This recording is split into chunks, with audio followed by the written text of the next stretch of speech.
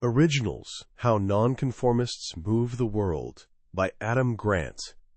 Picture this: 4 college students drowning in debt. One guy's wearing glasses, literally held together with a paperclip.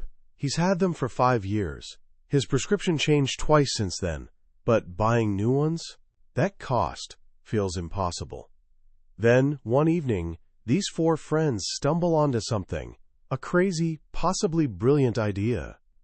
They'd watched Zappos revolutionize shoe shopping by moving it online, and suddenly they're wondering, what if we did that with eyeglasses? When they float the idea to friends, the response is absolutely brutal.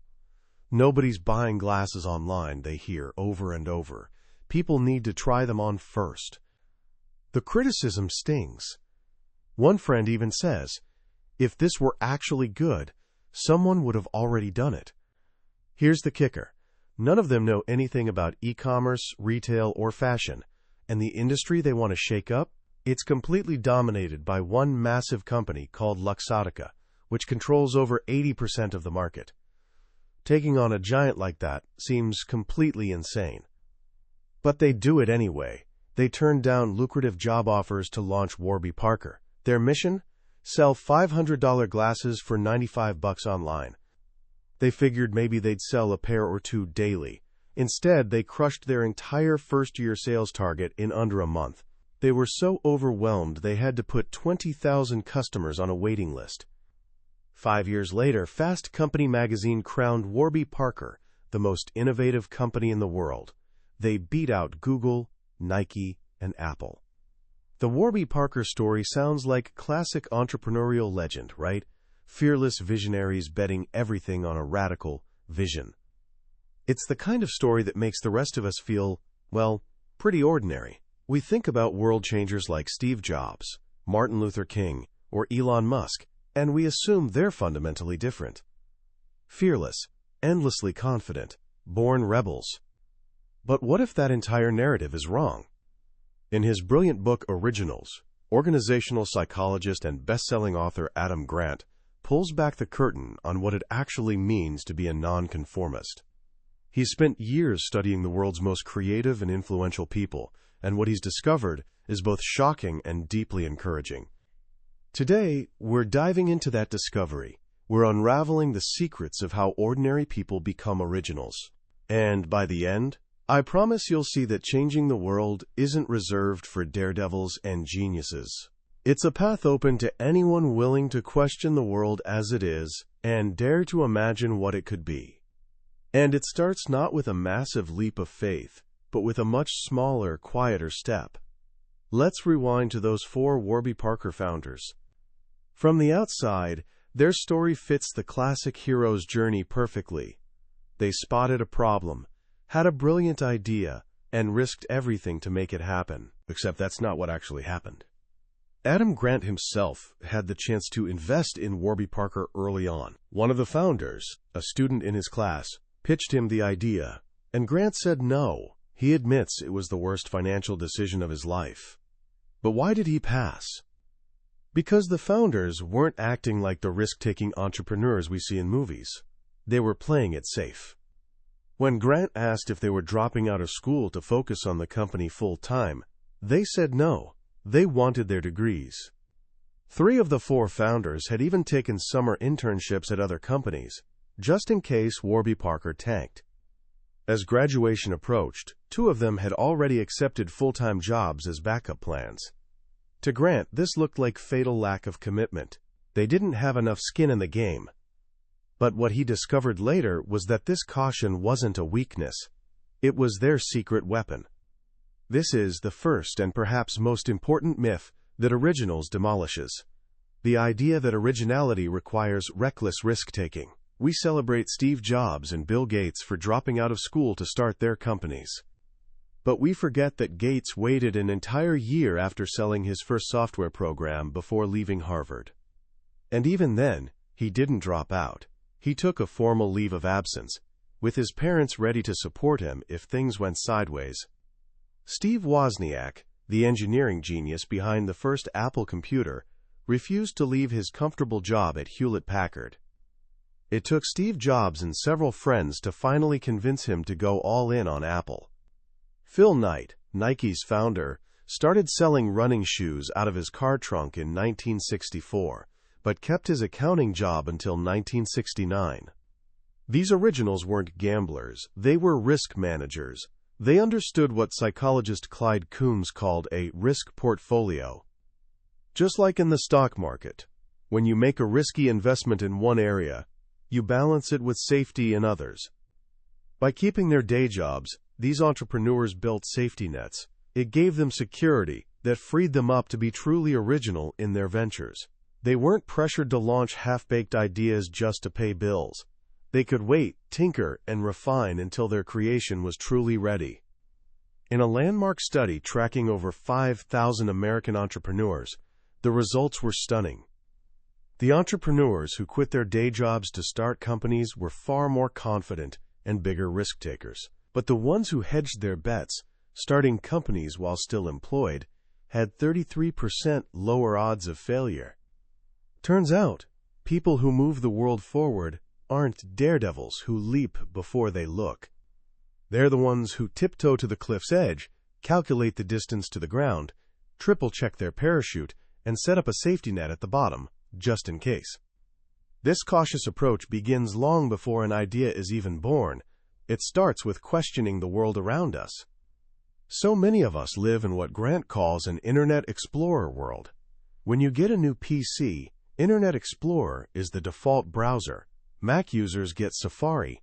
Most people never question this default, they just use what's given. But some people take initiative to download a different browser, like Chrome or Firefox. It's a small act, but it's a powerful signal. In one study of over 30,000 customer service agents, economist Michael Hausman found that employees using Chrome or Firefox stayed in their jobs 15% longer than Internet Explorer or Safari users. They were also 19% less likely to miss work and had significantly higher sales and customer satisfaction ratings. The browser itself didn't make the difference. What mattered was what the choice revealed about their mindset. People who accepted the default browser also accepted defaults in their jobs. They followed scripts. When unhappy, they just quit. But those who took initiative to change their browser also took initiative to change their jobs. They found new ways to solve customer problems. When they encountered situations they didn't like, they fixed them. They rejected the default. The hallmark of originality is rejecting the default and exploring whether a better option exists. This starts with curiosity, what Grant calls vuja, the opposite of déjà vu. Déjà vu is when you encounter something new, but it feels familiar. Vuja is when you face something familiar, but see it with fresh perspective. This is what happened to the Warby Parker founders. For years, they'd accepted that glasses were ridiculously expensive. It was the default. But one night, founder Dave Gilboa found himself comparing the price of his simple glasses to his complex new iPhone. And for the first time, he asked, why? Why did a simple product that had barely changed in a century cost more than a powerful smartphone? That simple question led them down a rabbit hole. They discovered the industry was dominated by Luxottica, a single company charging a 20x markup. The default wasn't legitimate. It was one company's choice. And that meant they could make a different choice. But once you have an idea, how do you know if it's any good? This brings us to one of the biggest barriers to originality, not idea generation, but idea selection. Let me share two stories. At the turn of the century, brilliant inventor Dean Kamen created a self-balancing personal transporter. Steve Jobs called it the most amazing technology he'd seen since the personal computer, and offered free advice. A legendary investor pumped $80 million into it, predicting it would be bigger than the internet. The product was the Segway, and it became one of the decade's biggest tech flops. A false positive. Around the same time, two comedians created a TV show pilot. Network executives didn't get it. An audience test was a disaster. Viewers called the main character a concluded. No segment of the audience was eager to watch the show again. That show was Seinfeld, which TV Guide would later name the greatest television program of all time, a false negative. Why do we get it so wrong? Grant reveals that creators themselves are terrible judges of their own ideas. We're too close to them. We fall in love with our creations and are blinded by overconfidence. Even geniuses struggle with this. Beethoven's favorite symphonies weren't the ones that became his most famous. Picasso, while painting his masterpiece Guernica, produced 79 different drawings, often returning to his earliest sketches after going down blind alleys. So if creators can't be trusted, what's the secret to producing a masterpiece? The answer is surprisingly simple. You produce a huge volume of work. Creative geniuses aren't qualitatively better than their peers. They're simply more prolific. Shakespeare produced 37 plays and 154 sonnets in 2 decades. For every Macbeth or King Lear, there was an all's well that ends well. Mozart composed more than 600 pieces, Beethoven 650, Bach over 1,000. To get a handful of masterworks, they had to produce enormous quantities. The same is true for Thomas Edison, who held 1,093 patents. We remember him for the light bulb and phonograph, but forget his patents for a creepy talking doll and a method for preserving fruit. Quantity is the most predictable path to quality. Many people fail to be original because they generate a few ideas and then obsess over perfecting them. But our first ideas are often the most conventional. It's only after we've exhausted the obvious that we start thinking outside the box. As the team at viral content company Upworthy says, you need to generate at least 25 headlines for every article. The first 24 will be terrible, but the 25th will be a gift from the headline gods. So you've managed your risk and generated a flood of ideas. How do you champion the best ones without getting shut down? This is where the story of originality takes another counterintuitive turn. Imagine you have a radical idea to pitch to your boss or investors. Most of us would lead with passion and confidence, highlighting all the reasons our idea is brilliant. But Rufus Griscom did the exact opposite.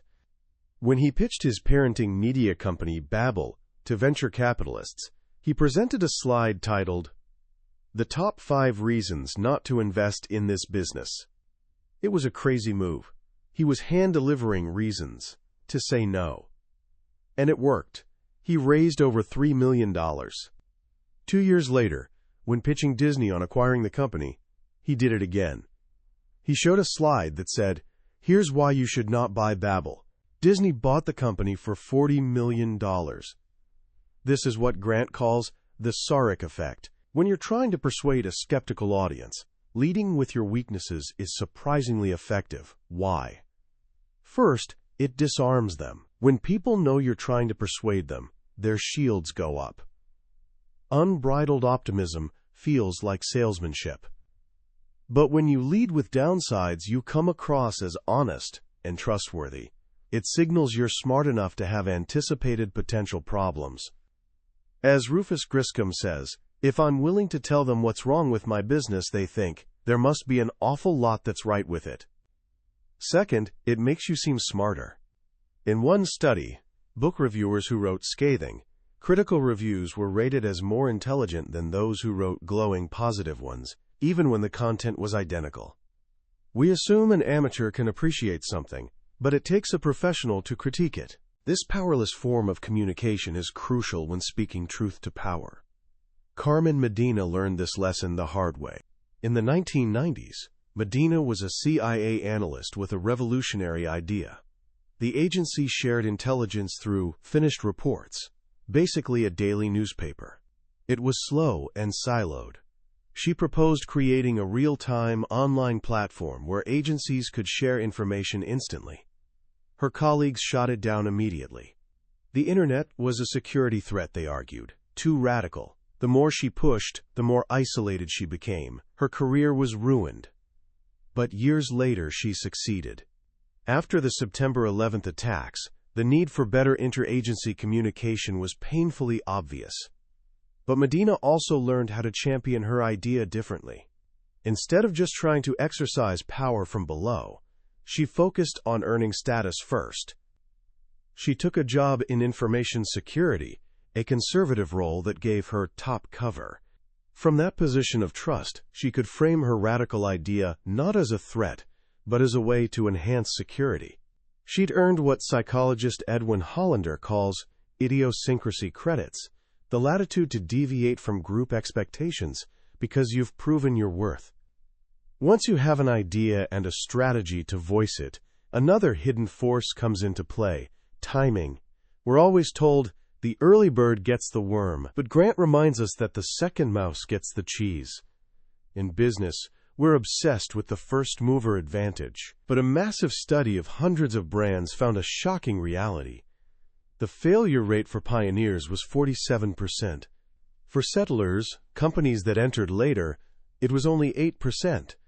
Pioneers make all the mistakes themselves. They face undeveloped markets and uncertain consumer tastes. Settlers can watch, learn from pioneer errors, and then enter the market with a superior product. Facebook wasn't the first social network. It came after MySpace and Friendster. Google wasn't the first search engine. It followed AltaVista and Yahoo. Being original doesn't require being first. It requires being different and better. This brings us to one of the book's most beautiful and human ideas: the power of strategic procrastination. Think of the most famous speech of the 20th century, Martin Luther King Jr.'s "I Have a Dream" speech. The March on Washington had been planned for months. King knew the stakes were monumental. You'd think he'd have written his speech weeks in advance. But he didn't start writing until after 10 p.m. the night before. He was up all night, bone-weary and exhausted. This wasn't a flaw. It was a feature of his creative process. By procrastinating, King gave himself time to consider a wider range of ideas. He kept his options open. The night before the march, he was still gathering ideas from advisors. He was engaging in divergent thinking, exploring possibilities rather than settling on one. But the most incredible part is what happened during the speech itself. The famous refrain, "I have a dream," was not in his prepared notes. He was 11 minutes in when gospel singer Mahalia Jackson, sitting behind him, shouted, "Tell 'em about the dream, Martin." King heard her. He pushed his written script aside, and, in front of a live crowd of 250,000 people, he improvised. He winged it. Because he hadn't obsessively rehearsed a rigid script, he was open to the magic of the moment. Procrastination didn't just give him time to incubate better ideas. It left him flexible enough to improvise one of history's most powerful moments. This isn't an anomaly. Leonardo da Vinci was a notorious procrastinator. He worked on the Mona Lisa on and off for years, not completing it until just before his death. His contemporaries thought he was wasting time, but his distractions, his studies of optics and light, were what enabled his masterpieces. Procrastination can be a resource for creativity. So are some people just born with this rebellious creative spirit? Here's where the story gets really interesting. Adam Grant takes us to the baseball diamond. Think of the riskiest play in baseball, stealing a base. It's an act of rebellion against the default, staying put. Now think of the riskiest steal of all, stealing home plate. The player who holds the modern record for stealing home is Jackie Robinson, the same man who had the courage to break baseball's color barrier. Robinson was a born rebel. And a fascinating clue to his rebellious nature lies in his family. He was the youngest of 5 children. This isn't coincidence. Frank Sulloway, a historian of science, analyzed thousands of scientists across major scientific revolutions, from Copernicus to Darwin to Einstein. He found that later-borns were dramatically more likely to champion radical new ideas than their firstborn siblings. Later-born scientists were more than 5 times as likely as firstborns to support Copernicus's revolutionary model of the solar system. Why? Firstborns tend to identify with parents and authority. They're the responsible achievers. When a younger sibling arrives, they have to find a different way to stand out. They can't compete on size or strength, so they compete by being different. They become the rebels, the risk-takers, the comedians. When Grant analyzed Comedy Central's list of the 100 greatest stand-up comics, he found that nearly half were the last-born child in their family. Stephen Colbert is the youngest of 11, Chelsea Handler the youngest of 6, Jim Gaffigan the youngest of 6. But this isn't just about birth order. It's about parenting. Parents tend to be stricter with firstborns. By the time younger ones arrive, they're more relaxed, experienced, and exhausted. Laterborns often get more freedom to experiment and take risks. Crucially, though, it's not just about giving children freedom, it's about how you guide that freedom. A groundbreaking study compared people who risked their lives to rescue Jews during the Holocaust with bystanders who did not. The biggest difference wasn't education or religion, it was how their parents disciplined them. The parents of rescuers relied on reasoning. When their children misbehaved, they didn't just enforce rules, they explained the principles behind them. And most importantly, they explained the consequences of their actions for others. This fosters empathy and guilt, which guide children toward moral rebellion, not destructive rebellion. This also relates to how we praise children. We tend to praise the action, that was a nice thing to do. But research shows it's far more powerful to praise the character. You are a nice and helpful person. When we do this, children begin to internalize morality as part of their identity. Instead of asking, "Can I get away with this?" they ask, "What kind of person am I?" This brings us to the final piece of the puzzle. How do you build an entire organization of originals, a place where dissent isn't just tolerated but encouraged? For this, Grant takes us inside one of the most successful and unusual companies in the world, the hedge fund Bridgewater Associates, founded by billionaire Ray Dalio. At Bridgewater, there's a culture of what Dalio calls radical transparency. Every meeting is recorded. Every employee has a believability score, like a baseball card, showing their track record in different areas. And everyone, from the newest hire to the CEO, is expected to challenge ideas openly and honestly. One junior employee sent an email to Ray Dalio after a client meeting, grading his performance a D-. He told Dalio he was disorganized, unprepared, and rambled. At any other company, this would be career suicide. At Bridgewater, Dalio forwarded the email to his leadership team and asked them to grade him as well. The entire exchange was then shared with the company so everyone could learn from it. At Bridgewater, you can be fired for not speaking up. It's a culture where the commitment is to dissent. Dalio has created an "attracracy" where the best ideas win, regardless of who they come from. To do this, they've learned a critical lesson about dissent. Most companies, when wanting to avoid groupthink, will appoint a devil's advocate, but this doesn't work. When someone's just playing a role, we don't take them seriously. Authentic dissent is far more powerful.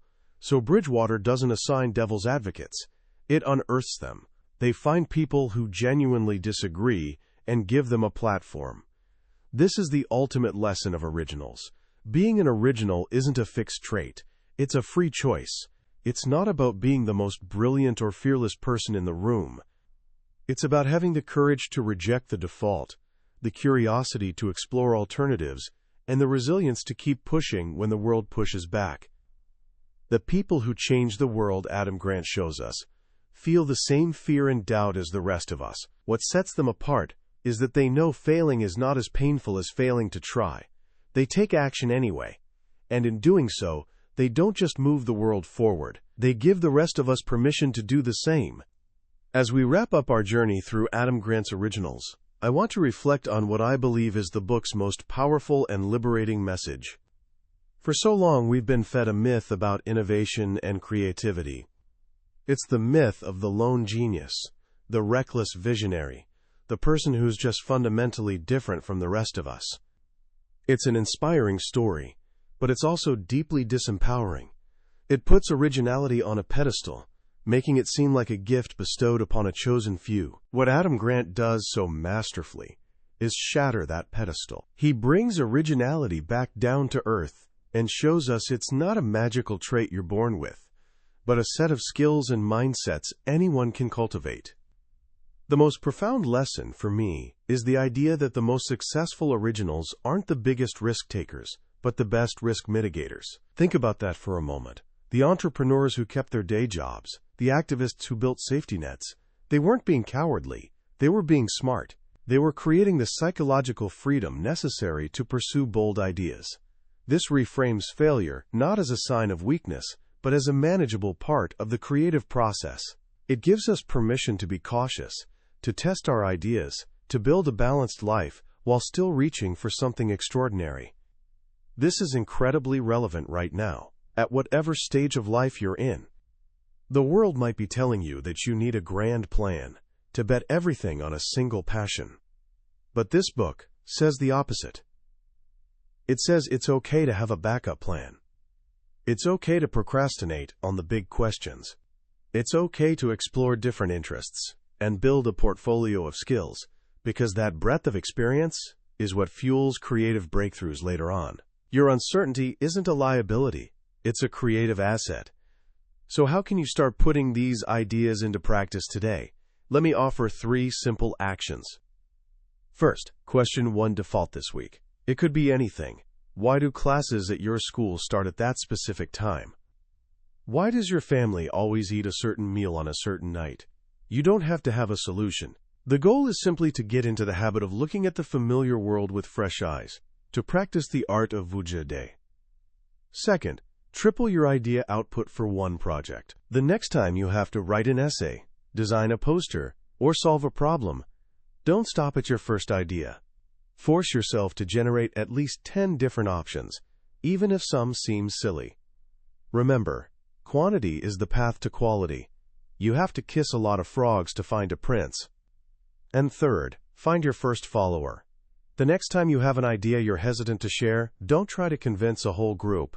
Just find one person, a trusted friend, a supportive teacher, and share it with them. As the book shows, having just a single ally can dramatically boost our courage to speak up. It transforms you from a lone nut into a leader.